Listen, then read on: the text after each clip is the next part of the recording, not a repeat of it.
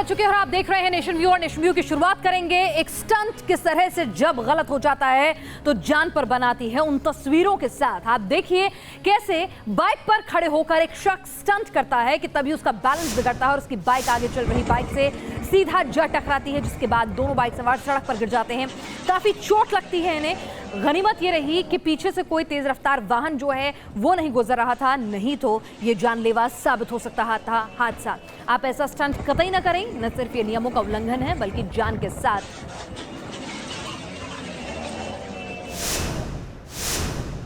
और अब देखिए कैसे खाने के लिए कांग्रेस के कार्यकर्ता आपस में लड़ पड़े। सही सुन रहे हैं आप, यूपी के मुरादाबाद में चल रहे कांग्रेस कार्यकर्ता सम्मेलन में अचानक हंगामा मच जाता है। और हंगामा किसी वजह से नहीं, किसी तर्क वितर्क की बात पर नहीं था, बल्कि हंगामा मचता है खाने के डब्बों पर। सोमवार को पंचायत भवन में कांग्रेस कार्यकर्ता सम्मेलन बुलाया गया, जिसमें कांग्रेस के राष्ट्रीय महासचिव गुलाम नबी आजाद, राज बब्बर, जितिन प्रसाद समेत कई बड़े नेता मौजूद थे। कार्यक्रम के बीच में ही कार्यकर्ताओं को खाने के डिब्बे बंटने शुरू हो गए। बस फिर क्या था, पंचायत भवन में ही हंगामा शुरू हो गया और डिब्बे लेने के लिए आपस में होड़ मच गई।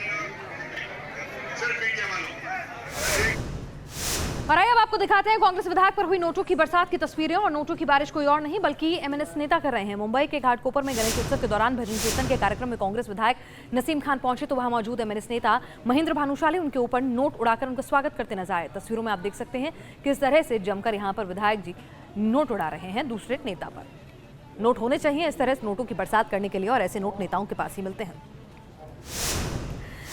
प्रधानमंत्री नरेंद्र मोदी ने इस बार अपना जन्मदिन काशी में मनाया। मोदी ने भोले की नगरी में बाबा विश्वनाथ की विशेष पूजा की, बच्चों के साथ बच्चे बने पीएम। काशी रेलवे स्टेशन का औचक निरीक्षण किया, लेकिन काशी को सांसद मोदी ये बताना जताना नहीं भूले कि 4 साल में बनारस को क्या से क्या बना दिया है।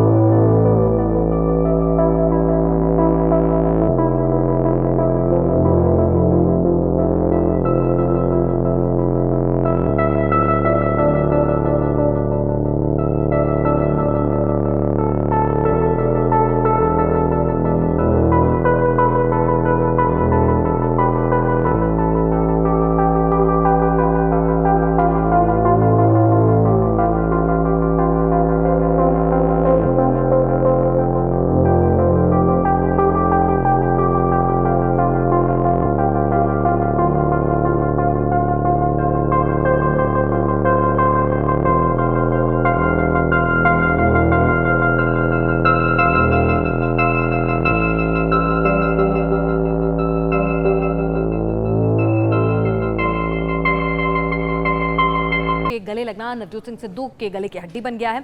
सियासत रह रहकर तेज हो रही है और अब संग्राम उठा है करतारपुर कॉरिडोर को लेकर। सिद्धू का दावा था कि अब पाकिस्तान सिखों के लिए कॉरिडोर खोल देगा, लेकिन पाक के मंत्री के इनकार कर देने के बाद अब मुद्दा फिर से गर्मा गया है।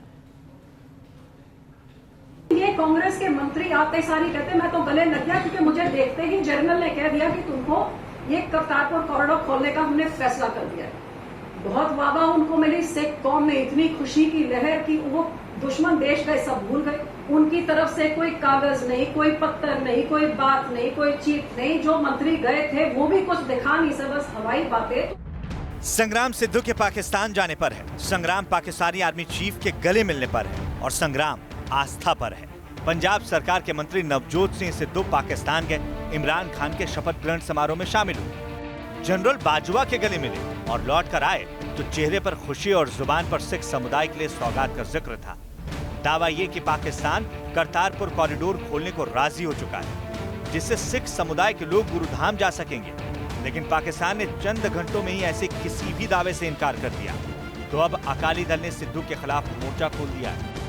इस मंत्री के झूठ को आप देखिए, बाहर आके मीडिया को एड्रेस करके बोलता है कि मैंने सुषमा जी को कॉरिडोर खोलने के लिए बोला और सुषमा जी ने कहा मैं ये सब करूंगा। जब हकीकत ये है कि सुषमा जी को जब ये कॉरिडोर, सुषमा जी ने कहा ये हरसिमरत ने ऑलरेडी मेरे से बात करी हो, हमारी बातचीत इस पे चल रही है, तुमको बोलने की जरूरत, तुम जाओ। हाई कमिश्नर वहाँ गए, फवाद चौधरी जी, इमरान खान साहब, मेरी वहाँ बात। अरे भाई, बात तो ये है कि प्यासा कुएं तक जाए। बात सीधी सी है और सियासत अपना अपना नफा नुकसान ढूंढ रही है। कॉरिडोर पाकिस्तान के इनकार ने सिद्धू की फजीहत करा दी है और अब वो विदेश मंत्री की मुलाकात के बहाने लोगों की तलखी थोड़ी कम करना चाहते हैं, लेकिन अकाली दल वाले इसे आस्था के साथ खिलवाड़ बता रहे हैं। मकसद साफ है, सिद्धू कॉरिडोर पर लोगों का दिल ना जीत पाए। Team news nation. और सीरिया के महासंग्राम में नया मोड़ आ गया है। खबर है कि रूसी सेना का एक विमान गायब हो गया है। बताया जा रहा है कि इस प्लेन को मार गिराया गया। आखिर दुनिया के सुपर पावर में शुमार किए जाने वाले रूस के विमान को किसने गिराया, वो भी सीरिया में, जिसका रूस खोलकर साथ देता है, ये अपने आप में सवाल है और कूटनीतिक लिहाज से महत्वपूर्ण भी।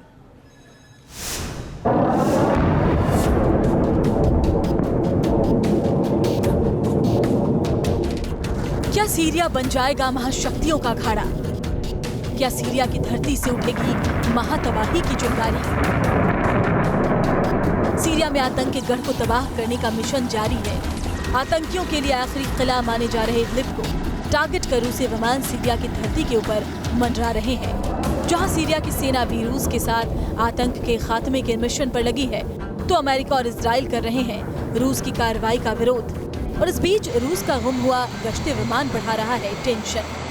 मीडिया रिपोर्ट्स के मुताबिक रूस के एक गश्ती विमान को मार गिराया गया है। विमान में रूस की सेना के 15 जाबाज सवार थे। रूस ने अपने विमान को मार गिराए जाने को लेकर इजराइल पर सवाल उठाया है। रूस के रक्षा मंत्रालय का कहना है कि सीरिया के ऊपर उनका विमान इल्यूशन IL-20 उड़ान भर रहा था, तभी उसका संपर्क रडार से टूट गया। रूसी विमान लताकिया के पास मेमिम सैन्य अड्डे की ओर लौट रहा था, तभी सीरियाई तट से करीब 35 किलोमीटर दूर पर रूसी विमान के गायब होने की खबर आई, जिससे रूस में हड़कंप मच गया। आखिर कहाँ गया विमान? थोड़ी ही देर के बाद सरकारी समाचार एजेंसी तास के हवाले से खबर आई कि लताकिया में सीरियाई ठिकानों पर इजराइल के 4 F-16 लड़ाकू विमानों के हमले के दौरान रूसी विमान रडार से गायब हो गया।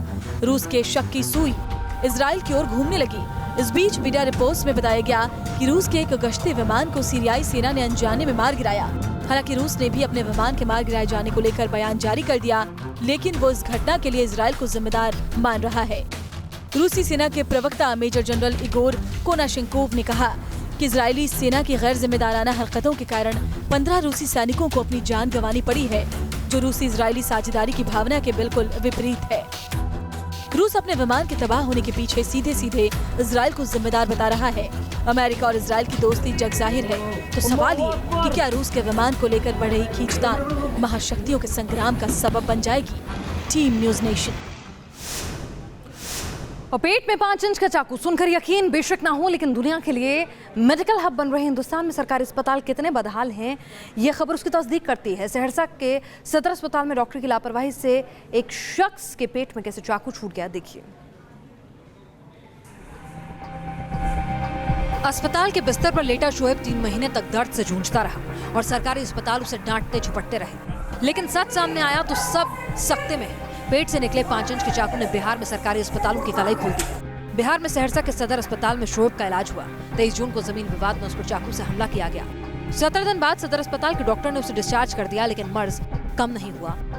यहाँ पता चल गया कि एक्सरे में है चाकू। सदर हॉस्पिटल में फिर गए, फिर वो एडमिट किए। एडमिट करने के बाद जो है उसने एक्सरे करने में बताया कि चाकू अंदर में है, लेकिन CS साहब बोले कि कोई और चीज़ है। चाकू नहीं है। चाकू नहीं, खुलासा नहीं बोले वो। बहुत दर्द हो रहे थे, मैं यानी कि बर्दाश्त नहीं हो पा रहे थे मरीजों से। तो हम लोग जल्दी से नहीं आनंद पालन करते हुए जल्दी से नहीं हम लोग निजी अस्पताल में लाए। बड़ी बात यह है कि शोएब की तकलीफ कम नहीं हुई तो दोबारा एक्सरे करवाया गया। पेट में चाकू का माजरा खुलकर सामने आ गया। इलाज के लिए वो दरभंगा मेडिकल कॉलेज भी पहुंचा, जहां से उसे PMCH रेफर कर दिया गया। ये अलग बात है कि सरकारी अस्पतालों की बदहाली देखकर वो वहां इलाज कराने की हिम्मत नहीं जुटा पाया और उसने प्राइवेट अस्पताल का रुख किया, जहां उसके पेट से ये चाकू निकाला गया। मामला तूल पकड़ने के बाद सिविल सर्जन आरोपी डॉक्टर पर कार्रवाई का भरोसा दे रहे हैं, लेकिन अहम बात यह है कि क्या ये कार्रवाई शोएब का भरोसा जीत पाएगी। सहरसा से बंदन वर्मा के साथ टीम न्यूज नेशन। और आगे बढ़े उससे पहले जुर्म की दुनिया की हर अहम खबर देखिए क्राइम व्यू में।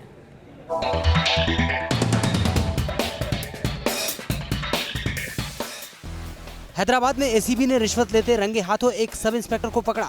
25,000 की रिश्वत ले रहा था सब इंस्पेक्टर।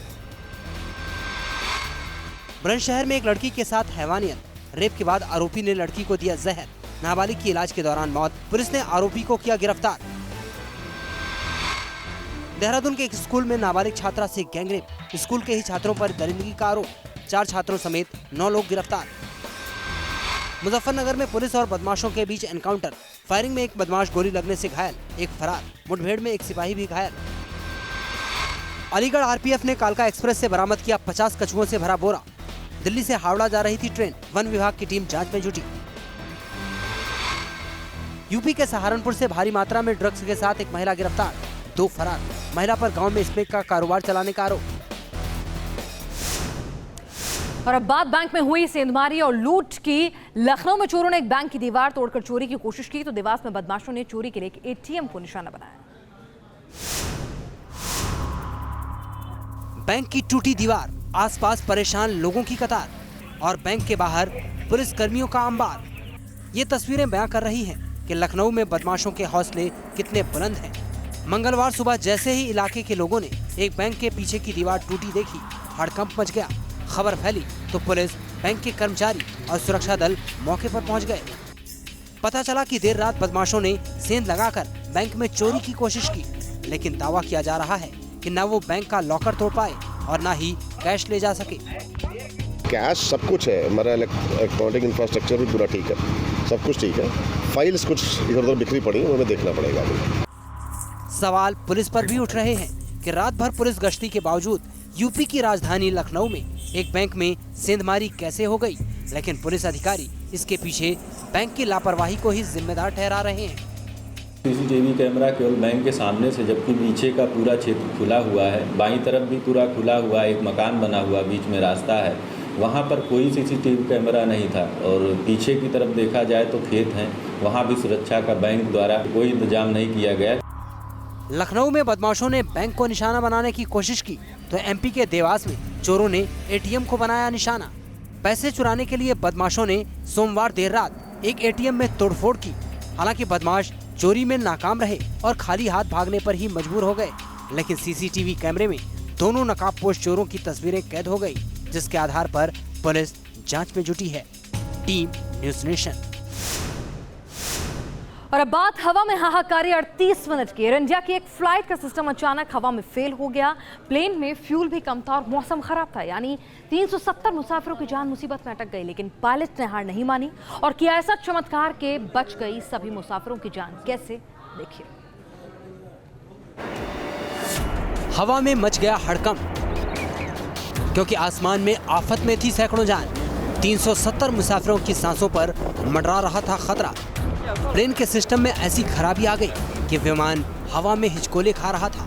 घटना 11 सितंबर की है, जब एयर इंडिया का बोइंग 777 दिल्ली से न्यूयॉर्क जा रहा था। करीब 15 घंटे की ये डायरेक्ट फ्लाइट दुनिया के सबसे लंबे रूटों में से एक है। उस दिन लैंड होने से 38 मिनट पहले इस फ्लाइट में तकनीकी खराबी आ गई। फ्लोरेंस तूफान के असर से उस वक्त अमेरिका का मौसम भी खराब था और ऊपर से मुसीबत ये कि विमान में ईंधन भी कम था, यानी हर तरफ से मुश्किल में घिर गया था एयर इंडिया का वो विमान और विमान में सवार मुसाफिरों की जिंदगी भी। लेकिन दोनों पायलटों ने अपनी हिम्मत नहीं छोड़ी। हालांकि थोड़ी देर के लिए पायलट रुस्तम पालिया भी परेशान हो उठे थे, जिसका अंदाजा न्यूयॉर्क के ATC से उनकी बातचीत में लग जाता है, जब पायलट रुस्तम पालिया ने तकनीकी खराबी और मौसम का जिक्र करते हुए JFK के कंट्रोल रूम को कहा, कि हम बुरी तरह फंस चुके हैं। प्लेन में ज्यादा फ्यूल भी नहीं है। एटीसी ने खराब मौसम को देखते हुए प्लेन को न्यूयॉर्क के जॉन एफ कैनेडी एयरपोर्ट की बजाय न्यू जर्सी के नेवार्क एयरपोर्ट पर लैंड करने को कहा, लेकिन दिक्कत ये थी कि प्लेन का टेक्निकल सिस्टम काम नहीं कर रहा था और उसमें फ्यूल भी काफी कम रह गया था। लेकिन ऐसे मुश्किल वक्त में पायलट पालिया ने साहस दिखाया। वो करीब 1.5 घंटे तक विमान को हवा में उड़ाते रहे। वर्टिकल और लेटरल नेविगेशन तकनीक से मैनुअली ही उन्होंने प्लेन को न्यू जर्सी में सुरक्षित लैंड करा दिया। बाद में एयर इंडिया भी हैरान रह गई कि अपने पायलट को वो इस तकनीक की ट्रेनिंग नहीं देती। फिर पालिया ने इसका प्रशिक्षण कहां से लिया? प्लेन में आई तकनीकी खराबी की भी जांच की जा रही है, लेकिन उन 370 यात्रियों के लिए कैप्टन पालिया और उनकी टीम देवदूत की तरह साबित हुई, जिन्होंने अपने अनुभव और हिम्मत से प्लेन को सुरक्षित लैंड करा दिया और बचा ली सभी मुसाफिरों की जान। Team news nation. और अब बात विघ्नहर्ता गणपति की। मुंबई से लेकर वाइजैक तक गणपति के जयकारे गूंज रहे हैं और अपने अनोखे अंदाज से लोगों को लुभा रहे हैं गजानन। देश भर में सजा है गणपति बप्पा का दरबार। पंडालों में उमड़ रही है भक्तों की कतार और लोगों का मन मोह रहे हैं गणपति के अनोखे अवतार। पुणे के एक शख्स ने अनोखी एटीएम मशीन बनाई है, जिसमें खास कार्ड डालने पर मिलता है गणेश जी का प्रसाद मोदक। सामान्य एटीएम की तरह इसमें भी कई बटन हैं, लेकिन उस पर नंबर की जगह क्षमा, शांति, ज्ञान, दान और भक्ति जैसी चीजें लिखी हुई हैं। इसका मतलब है कि आप कार्ड डालकर इनमें से किसी एक के लिए मोदक प्राप्त कर सकते हैं। मशीन के अंदर मोदक एक छोटी सी प्लास्टिक की डिब्बी में बंद रहता है, जिससे उसके खराब होने का खतरा भी नहीं होता। एमपी के खंडवा में भी गजानन के अनोखे अवतार देखने को मिल रहे हैं। बच्चों ने रंगों और स्केच के जरिए नया क्रिएशन कर 50 से ज्यादा तरीके के गणेश भगवान की आकृतियां बनाई हैं। और खास बात ये कि इन बच्चों की टीचर हैं एक मुस्लिम महिला, जो कहती हैं कि कलाकार का कोई धर्म नहीं होता। वहीं विशाखापट्टनम में एक मंदिर में गणपति के अलग अलग रूप देखने को मिल रहे हैं। यहाँ 3 इंच से लेकर 5 फीट तक के बाप्पा विराजमान हैं। मुंबई में तो गणेश उत्सव की रौनक देखते ही बन रही है। मुंबई में सचिन तेंदुलकर परिवार समेत बाप्पा के दर पर पहुंचे और लाल बाग के राजा के दर्शन किए। Team news nation. और दुनिया में क्या कुछ हलचल है, जानते हैं फटाफट अंदाज में वर्ल्ड व्यू।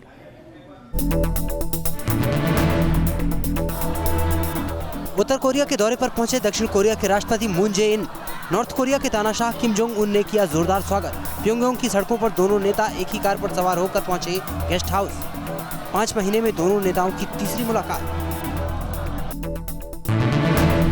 न्यूयॉर्क के एक शॉपिंग सेंटर में अचानक लगी आग। भीषण आग से पूरे इलाके में छा गया धुएं का गुबार। एहतियातन शॉपिंग सेंटर को खाली कराया गया। चीन में पानी के अंदर हुई अनोखी मैराथन। वर्ल्ड मैराथन में लोगों ने बढ़ चढ़कर हिस्सा लिया। स्विमिंग मैराथन में ब्रिटेन की प्रतियोगी की हुई जीत। इजराइल ने फिलिस्तीन पर लगाया गाजा पट्टी में हमले का आरोप। फिलिस्तीनी गोलीबारी में 2 लोगों के मारे जाने की खबर।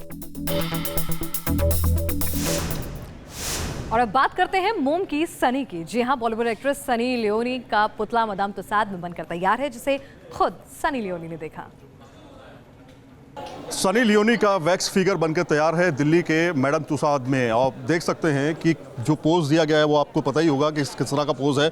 जो फिल्म काफ़ी ज़्यादा चर्चा में रही थी उसका पोज दिया गया है। और सनी लियोनी क्योंकि काफ़ी ज़्यादा चर्चा में रहती हैं, इसलिए उनका वैक्स फिगर पब्लिक फिगर के हिसाब से काफ़ी ज़्यादा पसंद किया जाता है। तो कुल मिलाकर के अब अगर आप मैडम तुसाद में दिल्ली में आएंगे तो आपको सनी लियोनी का वैक्स फिगर भी दिखाई देगा। सनी लियोनी खुद यहाँ पे आई और उन्होंने कहा कि वो देख करके ताज्जुब मानती हैं कि इस तरह का वैक्स फिगर भी बन सकता है। तो फिलहाल जब भी आप आएंगे मैडम तुसाद के नए स्टूडियो में, तब आपको ये वैक्स फिगर भी दिखाई देगा। वीडियो जर्नलिस्ट सुभाष चंद्रा के साथ सैयद आमिर हुसैन, न्यूज़ नेशन, दिल्ली।